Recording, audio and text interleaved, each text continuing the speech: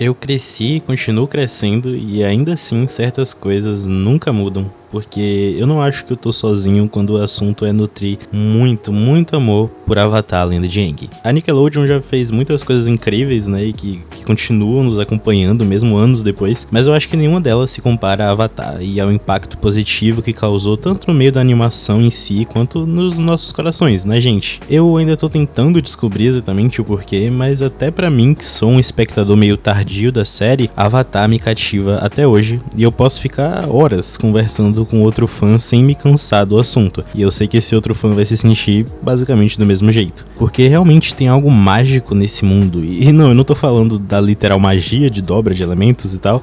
Eu me refiro a algo mais intimista, algo que eu tô tentando descobrir ao fazer esse vídeo. Talvez seja o fato de Avatar obter sucesso em praticamente todos os fatores que se propõe a abordar. E nem todos esses elementos, esses fatores são fáceis de se escrever e de se executar bem, principalmente a longo prazo. Por exemplo, nem todo filme ou série consegue fazer bem o clichê do protagonista escolhido para salvar o mundo de um mal maior, mas Avatar consegue. Nem toda obra consegue fazer bem o clichê da redenção do vilão, por exemplo, principalmente a longo prazo, mas Avatar consegue. Ou então eu posso ficar aqui muito tempo pensando e ainda assim eu vou ter dificuldade em achar personagens femininas bem escritas ou bem desenvolvidas em Naruto, por exemplo. E para o tanto de personagem que tem naquele anime, pelo menos algumas deviam ser minimamente bem exploradas, mas infelizmente não são. Mas Avatar, por sua vez, tem não só uma, mas de cabeça assim agora eu consigo lembrar de pelo menos 3 para citar aqui. Eu decidi dividir esse vídeo em 5 partes, cada uma focando em um personagem de Avatar e o que eu consigo absorver deles. Então,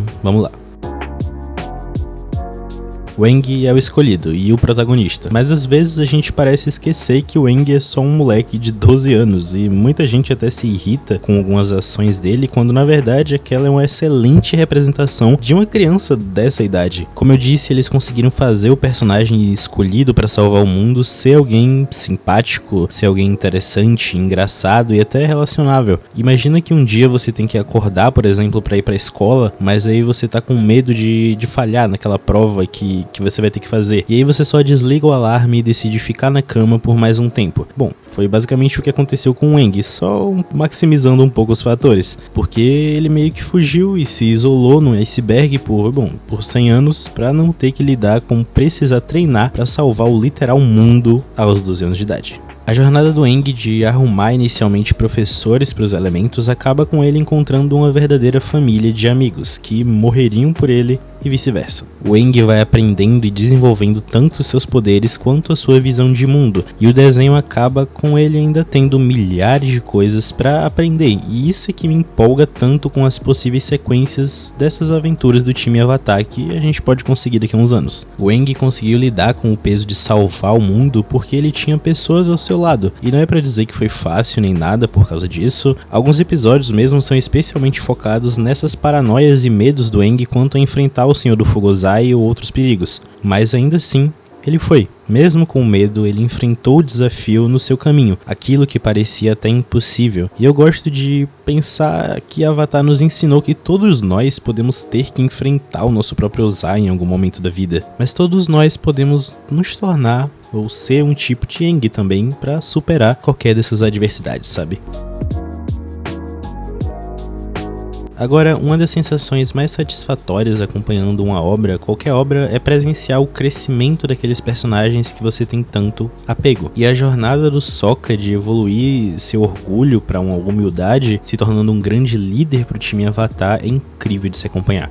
O Sokka mesmo no início, ele é um saco, né? E é um pouco machista. Mas depois de apanhar pra Suki e presenciar a realidade do mundo mais de perto, ele vira alguém melhor. Não perfeito, mas alguém que consegue transformar suas fraquezas em qualidades. Esse episódio da Ilha Kyoshi no início é provavelmente o primeiro momento de crescimento desse personagem, com ele admitindo seus erros e percebendo que ele sabe muito pouco sobre o mundo. E isso é bom, porque assim ele pode começar a aprender. Também não dá pra deixar de citar a criatividade do Sokka, que é algo enfatizado e abordado durante as 3 temporadas. E alguns episódios mostram que apesar da insegurança dele, o Sokka é alguém essencial para o time Avatar em si. E eu adoro por exemplo, o episódio do mestre de espada dele. Infelizmente ficou um pouco corrido na minha opinião, mas ainda assim é um episódio incrível e essencial para o desenvolvimento dele. Eu adoro como o Sokka já chega lá com a humildade de assumir que ele não sabe o suficiente e que precisa e quer aprender. Um paralelo direto a quando ele chegou todo se gabando na Ilha das Kyoshi. Isso sim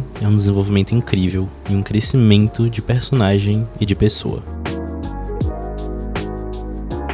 A história do Zuko começa com o mesmo conceito do Aang de certa forma. Ele tá crescendo e já tá destinado a se tornar aquilo que as pessoas esperam dele. No caso, o próximo Senhor do Fogo, sucessor do Ozai. Até que, é claro, ele decide falar fora da hora, o que pro pai dele foi um desrespeito tamanho ao ponto de marcar o rosto do próprio filho. Uma marca que ficou mais profunda ainda na mente e no coração do Zuko. A parte que é a jornada do Zuko se redescobrindo como pessoa pode ser posta em paralelo no nosso mundo e na nossa realidade quando eu ou você ou qualquer outra pessoa podemos vir a perceber que alguma figura de autoridade na nossa vida não sabe de tudo ou não é tudo. Nesse caso, o Zuko percebe ou vai percebendo que ele não precisa da aprovação desse ditador da Nação do Fogo que ele por muito tempo chamou de pai. Mas essa é uma jornada bem longa e bem difícil. Ele começa perseguindo o que ele achou que era o seu destino, mas na verdade era só algo que outra pessoa, no caso o Ozai principalmente, estava, querendo ou não, pondo na cabeça dele. Coisa que o Zuko percebe com o tempo com a ajuda do tio Iroh. A gente chega nele daqui a pouco, inclusive.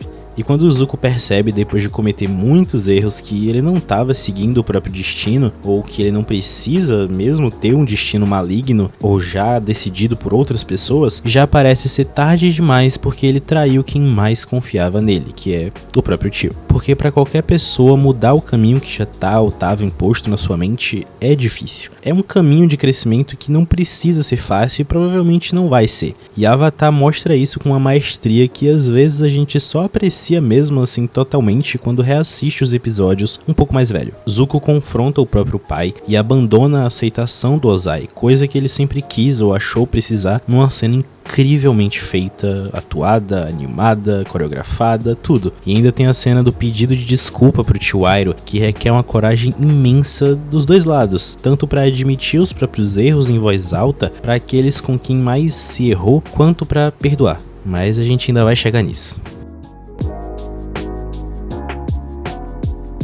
Como eu disse no início, parece ser bem difícil construir um personagem feminino que seja bem desenvolvido ao longo de tantos episódios, pelo menos foi isso que Naruto me fez entender. E reassistir Avatar me fez valorizar muito mais a personagem da Katara, e realmente não passar batido pelos momentos em que ela brilha, que, acredite ou não, não são poucos. A Katara é a personagem amável e a mãezona do time Avatar. Ela é amorosa, mas dura quando precisa ser, e o maior poder da Katara, na minha opinião, é o da empatia. Algo que ela demonstra imensamente durante a série em qualquer oportunidade. Eu nunca esqueço do episódio da Dama Pintada, por exemplo, e como ele serviu para mostrar os flagelos de uma guerra, mas também o poder de mudança que a esperança pode proporcionar na vida das pessoas. E a Katara é a protagonista desse episódio, demonstrando pura preocupação e humildade perante aquele povo totalmente necessitado. Um outro episódio que sinceramente é um dos meus favoritos de todas as temporadas é um do último livro em que o Zuko leva a Katara numa busca até o Homem da Nação do Fogo que matou a mãe dela anos e anos atrás. Uma marca, uma cicatriz que nunca deixou de doer nela. Nesse episódio a gente vê um lado da personagem que nunca apareceu com tamanha intensidade, esse lado impiedoso e que parece não ligar de machucar as pessoas, contanto que elas em teoria mereçam isso. Mas logo essa teoria cai por terra, mostrando que não vale a pena se corroer por dentro desse jeito, sabe? A Katara mostra um desenvolvimento tremendo no momento em que ela acha o homem deplorável que matou a sua mãe no passado e pratica o ato da empatia com quem mais precisava ali, com ela mesma. Ao poupar a vida daquele senhor antigo guerreiro, ela não se rendeu a ele, mas sim ela foi melhor que ele. Ela não se tornou o que esse cara era. Ela não continuou o ciclo de violência, o ciclo de ódio que estava instaurado ali. Ela quebrou o ciclo. E desse jeito, ela poupou a si mesma de corromper o próprio espírito. E, sério, assistindo e refletindo sobre isso tantas vezes, eu não consigo rotular a Katara como simplesmente uma garota chata, uma personagem diferente pra série. Não, ela é de suma importância pro enredo, pros personagens e pras mensagens que o show busca passar sobre perdão, sobre limites, sobre quebra de ciclos e sobre muito mais coisas lindas e importantes. Agora, o que dizer aqui que já não foi dito, né? Eu acho que se pegar todas as obras de ficção que eu já consumi e elencar os meus personagens favoritos ou os mais marcantes, o Tio Airo com certeza tá lá no topo da lista como o que mais me trouxe conforto e ensinamentos sobre a vida. O Tio Airo é o único dentre esses 5 que eu escolhi aqui que, em teoria, já cresceu. Ele é o mais velho, o mais experiente, o que não significa que ele não aprenda coisas novas, muito pelo contrário, mas ele tem muito mais carga pra ensinar tanto os personagens quanto a nós assistindo. Crescer é difícil, e o Tio Airo sabe disso. O momento em que a gente sabe que ele teve que mudar o seu meio de encarar as coisas da vida foi após a morte do próprio filho durante a guerra no passado. Esse foi um ponto de virada em que o personagem aprendeu que esse jeito de viver a vida, seguindo o ciclo da violência, do ódio, da vingança e todo esse tipo de coisa é infrutífero, não traz nada de bom. É isso que ele tenta mostrar pro Zuko, pelo menos, fazer com que o próprio garoto perceba isso, e demora, é um caminho difícil porque o sobrinho dele é muito cabeça dura, mas vale a pena. Mesmo depois dos erros e vacilos e tropeços e traições, o Zuko chega até o tio, e no momento em que ele pede desculpa, no exato momento em que ele pede desculpa, o Tio Airo nem hesita em puxar o Zuko pra um abraço tão caloroso e tão satisfatório e esperado por a gente assistindo. O Tio Airo é esse personagem que todo mundo pode almejar se tornar pelo menos um pouco parecido com ele. E esse caminho de seguir os ensinamentos desse personagem, esse sim pode trazer bastante frutos para qualquer jardim. Como eu disse, crescer é difícil, crescer é complicado, é uma experiência incomum que todos nós passamos, mas é única para cada um. E Avatar, a Lenda de Aang, sucede quando o assunto é a jornada de amadurecimento dos personagens, como elas podem ser diferentes, mas semelhantes ao mesmo tempo, independente da situação deles, das suas realidades ou mesmo das suas idades. E cada espectador, a cada assistida diferente, pode pescar coisas únicas e se identificar com vários dos personagens e seus respectivos caminhos percorridos. E isso é lindo. E eu acho que por esse motivo o Avatar sempre vai melhorar a cada reassistida. Oi, meu nome é Pedro, muito obrigado por ter chegado até aqui no final do vídeo.